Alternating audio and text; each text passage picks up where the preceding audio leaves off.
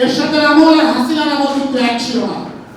হাসিনা ছিল ভারতের তাবেদার সরকার, বিজেপির পুতুল সরকার। তারা ভারতের কায়েমি স্বার্থ, গেরুয়া সন্ত্রাস বাংলাদেশে কায়েম করার জন্য বাংলাদেশের একের পর এক গণতান্ত্রিক প্রতিষ্ঠানগুলোকে ধ্বংস করেছে। আজকে ধার্যকৃত প্রতিপাদ্য রুখে দেওয়া আওয়ামী ফ্যাসিবাদ, এই আলোচনা সভায় প্রধান অতিথি হিসেবে উপস্থিত আছেন গণমানুষের আকাঙ্ক্ষার নতুন সূর্য, প্রজন্মের অহংকার, জুলাই বিপ্লবের অন্যতম অগ্রসৈনিক, এনডিএম মাননীয় চেয়ারম্যান জননেতা ববি হাজরা। উপস্থিত আছেন এনডিএম এর সম্মানিত ভাইস চেয়ারম্যান জনাব ফারুকুজ্জামান চৌধুরী, সিনিয়র যুগ্ম মহাসচিব সহ কেন্দ্রীয় নেতৃবৃন্দ, আমার যুব আন্দোলন এবং ছাত্র আন্দোলনের সহযোগিতাবৃন্দ। আমি বক্তব্যের শুরুতে গভীর শ্রদ্ধার সাথে স্মরণ করছি স্বৈরাচার এরশাদ পতনের আন্দোলনের অন্যতম নায়ক, অন্যতম মুখ শহীদ নূর হোসেনকে, তার আত্মত্যাগকে, এবং আমি তার রুহে মাগফিরাত কামনা করছি। সংগ্রামী সাথী ও বন্ধুগণ, আপনারা একটু ব্যানারের দিকে খেয়াল করবেন যে আজকে আমরা যখন ব্যানার লিখেছি, শহীদ শব্দটার বানানে আমরা তালুদস্ত হয়রস্যি দ লিখেছি। আপনারা গণমাধ্যমে অনেক জায়গায় এখনো হয় দিল্লি দিয়ে শহীদ লেখা দেখবেন।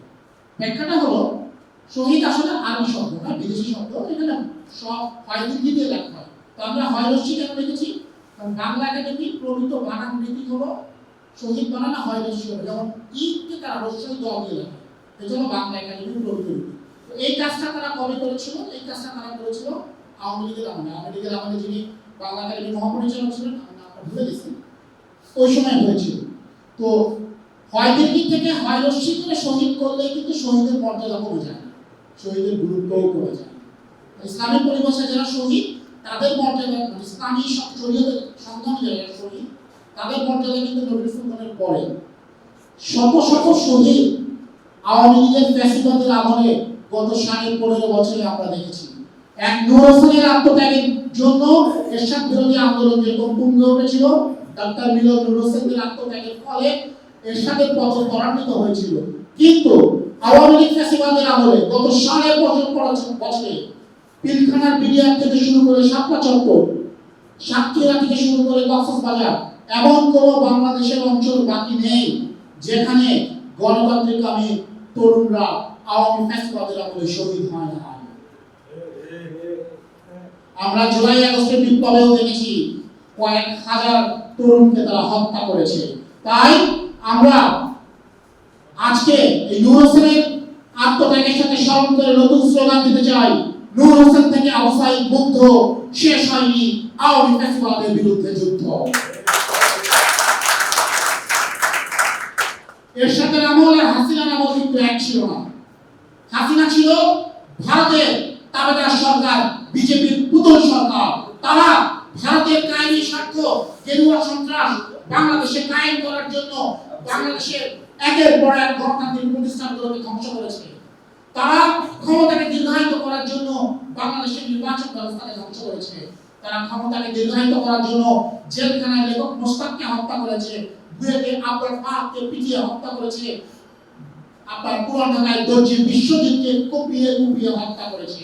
বিশ্বজিৎ যদি শুধু হিন্দু না হয় মুসলমান হতো, তাহলে এই হত্যাকাণ্ডকে তারা শিবিরের জঙ্গি বলে চালিয়ে দিত। আজকে তারা একটা কর্মসূচি দিয়েছে। কি কর্মসূচি দিয়েছে?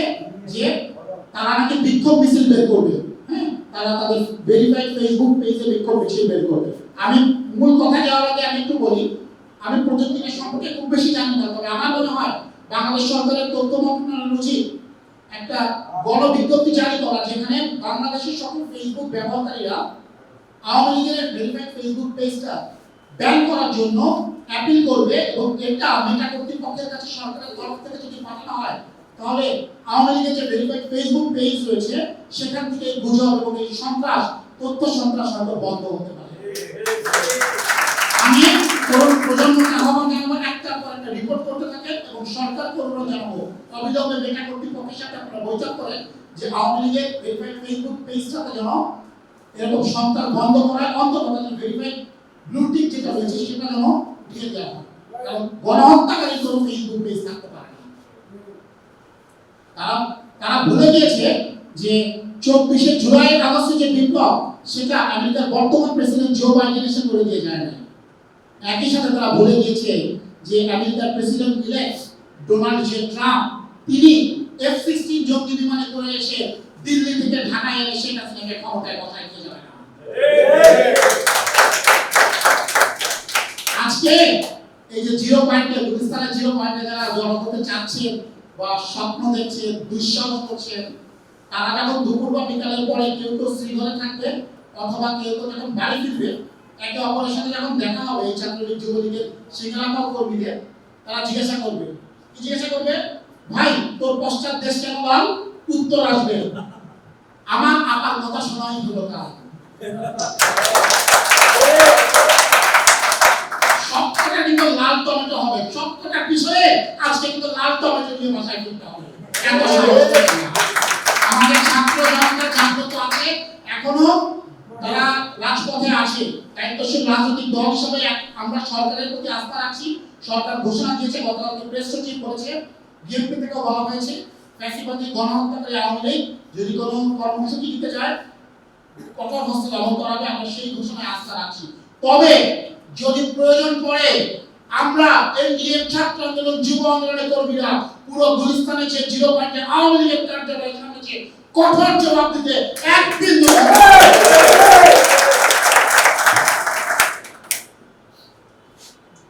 আওয়ামী লীগের আরেকটা আমি অপকর্মের কথা বলি, শপথ ভঙ্গের কথা বলি। কেন তারা দল হিসাবে আমরা আওয়ামী লীগের বিরুদ্ধে আন্তর্জাতিক অপরাধ ট্রাইব্যুনালে অলরেডি মামলা করেছি, আরো একটি মামলা তাদের প্রাপ্য। নির্বাচন কমিশনের উচিত বিষয়টিকে নজর রাখা। দেখেন আওয়ামী লীগের 24 জন এমপি মন্ত্রী, অন্তত এই পর্যন্ত পাওয়া গিয়েছে 24 জন এমপি মন্ত্রী দ্বৈত নাগরিকত্ব রয়েছে, অর্থাৎ এবং কারো দ্বৈত নাগরিকত্ব বা বিদেশে থাকার অনুমতিপত্র রয়েছে। আমার নিজের নির্বাচনী এলাকা রাজবাড়ী 2 আসনে আমি গত বছর যখন দিয়েছিলাম, আমার উপরে আমার নির্বাচনী এলাকা যিনি সংসদ ছিলেন আওয়ামী লীগের এবং সাবেক রেলমন্ত্রী জিদুল হাকিম ব্যাপক হামলা করেছিল। এই জিদুল হাকিমের কিন্তু জাপানে থাকা বৈধ অনুমতিপত্র রয়েছে। একটা দেশের যখন একটা দেশের নাগরিক যখন অন্য দেশের নাগরিকত্বের জন্য আবেদন করে বা থাকার বৈধ অনুমতি পায়, তার আগে কিন্তু সেই দেশের প্রতি তাকে কি করতে হয়? আনুগত্য প্রকাশ করতে হয়, স্বীকৃতি দিতে হয়। বাংলাদেশের সংবিধান অনুযায়ী অন্য দেশের প্রতি আনুগত্য স্বীকার করলে তার সংসদ সদস্য এমপি মন্ত্রী হওয়ার কোনো সাংবিধানিক অধিকার নাই। সেক্ষেত্রে 24 জন এমপি মন্ত্রী আওয়ামী লীগ যে মনোনয়ন দিল, খুঁজলে আরো পাওয়া যাবে। এটার মাধ্যমে দল হিসেবে আওয়ামী লীগ সংবিধান লঙ্ঘন করেছে এবং নির্বাচন কমিশনের উচিত সংবিধান লঙ্ঘনকারী দল হিসেবে আওয়ামী লীগের নিবন্ধনকে অবিলম্বে বাতিল করে। আমরা আন্তর্জাতিক অপরাধ ট্রাইব্যুনালে চিফ প্রসিকিউটর কাজী ইসলাম সাহেবের কাছে ইতিমধ্যে অভিযোগ দায়ের করেছি। গণহত্যার হুকুমদাতা, সরাসরি নির্দেশদাতা, দেখামাত্র গুলির যে নির্দেশ দিয়েছিল গত 19শে জুলাই আওয়ামী লীগের 14 দলের মিটিং এর পর তাদের সাধারণ সম্পাদক মুখপাত্র ওবায়দুল কাদের, তার নাম আরো একটা বিশেষণ আপনারা সকলেই জানেন, কাকপক্ষী নামের সাথে তুলনা করে তাকে ডাকা হয়। তো এই হিসাবে যদি তাদের আওয়ামী লীগের বিচার হয়, আমরা অন্তত দাবি করব অন্তত আগামী 2টি জাতীয় নির্বাচনে আওয়ামী লীগকে নিষিদ্ধ ঘোষণা করা হোক। সরকারের প্রতি আমরা অনুরোধ জানাবো, দেখেন বিগত দিনে আমরা যখন তত্ত্বাবধায়ক সরকারগুলো দেখেছিলাম 96 থেকে 2001 সালে বা এখন 91 সালেও, তখন কিন্তু 3 মাসের ভিতরে তারা নির্বাচন করে গণতান্ত্রিক সরকারের কাছে ক্ষমতা হস্তান্তর করেছিল। ইতিমধ্যে 3 মাস পার হয়ে গিয়েছে, আমাদের সরকার গঠনের পরে 3 মাস পার হয়ে গিয়েছে, এখনো নির্বাচন সম্পর্কে আমরা সুস্পষ্ট ঘোষণা দেখতে পাচ্ছি না, যেটা আসলে উদ্বেগজনক। বর্তমানে পরিস্থিতি অনেক পরিবর্তন হয়েছে, আপনারা সংস্কার কার্যক্রমও চালাচ্ছেন, আমরা সহযোগিতাও করছি আপনাদেরকে। তবে আমরা অনুরোধ করব এবং খুব বলিষ্ঠ কণ্ঠে বলবো, আগামী জানুয়ারি মাসেই অন্তত জাতীয় নির্বাচনের রোডম্যাপ যেন ঘোষণা করা হয়। সংবিধান সংস্কার নিয়ে অনেক কথা হচ্ছে। সংবিধান সংস্কারে আমি একটা বিষয় তুলে ধরতে চাই। দেখেন গত 10ম জাতীয় সংসদ নির্বাচনের পর এই সংবিধান অনুযায়ী একটা রিট হয়েছিল, হাইকোর্টে রিট হয়েছিল কি, যে সংসদ সদস্যরা বহাল থাকা অবস্থায় নতুন নির্বাচিত কোন সংসদ থাকতে পারে না। অর্থাৎ একাদশ জাতীয় সংসদ নির্বাচনে আমরা দেখলাম 6 জন সংসদ সদস্য, দশম সংসদের মেয়াদ শেষ হয়নি, কিন্তু একাদশ জাতীয় সংসদ নির্বাচন হয়ে গিয়েছে এবং তারা নির্বাচিত হয়ে গিয়েছে, গেজেট প্রকাশ হয়ে গিয়েছে। তার মানে দশম সংসদ বিলুপ্ত হয় নাই, কিন্তু একাদশ সংসদ বহাল। সংবিধানের 123 3 অনুচ্ছেদে লেখা আছে যে আপনি তখনই নতুন নির্বাচন করতে পারে বা নতুন সংসদ হতে পারে দুটো কারণে।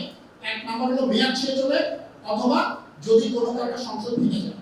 এই দুটোর কোনোটাই হয়নি। এই সংশোধনীটা আওয়ামী লীগ সংবিধানে নিয়ে এসেছিল।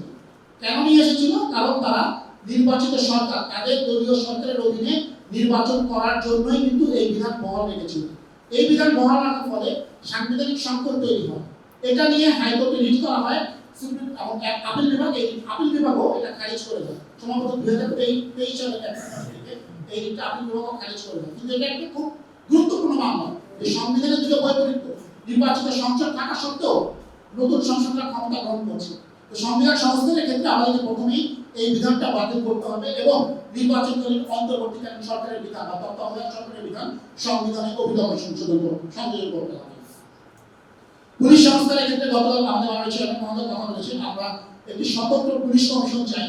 যে পুলিশ কমিশনে সাবেক আইজিপি, বিচার বিভাগের প্রতিনিধি সহ নাগরিক সমাজের প্রতিনিধি থাকবে, যারা পুলিশের কর্মকাণ্ডগুলোকে মনিটরিং করবে এবং পুলিশের অভিযান, অপরাধ দমন, তদন্ত, প্রোটোকল, বিভিন্ন বিশেষায়িত সেবা, প্রত্যেকটা ক্ষেত্রে আলাদা আলাদা পুলিশকে আলাদা ক্ষমতা দিতে হবে। হাসিনা বলে আমরা দেখেছি পুলিশকে ঢাকায় এনেছে ছাত্র জনতার উপর গুলি চালানোর জন্য, অথচ পুলিশের কাজ না কিন্তু গুলি চালানো। হ্যাঁ, যাদের কাজ তদন্ত করা, পাসপোর্টের ভেরিফিকেশন করা, তারাও ছাত্র জনতার উপর গুলি করেছে। অর্থাৎ ক্ষমতায় টিকে থাকার জন্য হাসিনা এমনকি তার কাজের লোককে দিয়েও পারলে গুলি চালায়। জাহাঙ্গীর কবির নাটক করেছে না, তার পিএসকে নিয়ে মোহাম্মদপুরে গুলি চালিয়েছে। এই কাজগুলো আওয়ামী লীগ করেছে, পুলিশকে এভাবে তারা একটা দানব বাহিনীতে পরিণত করেছে।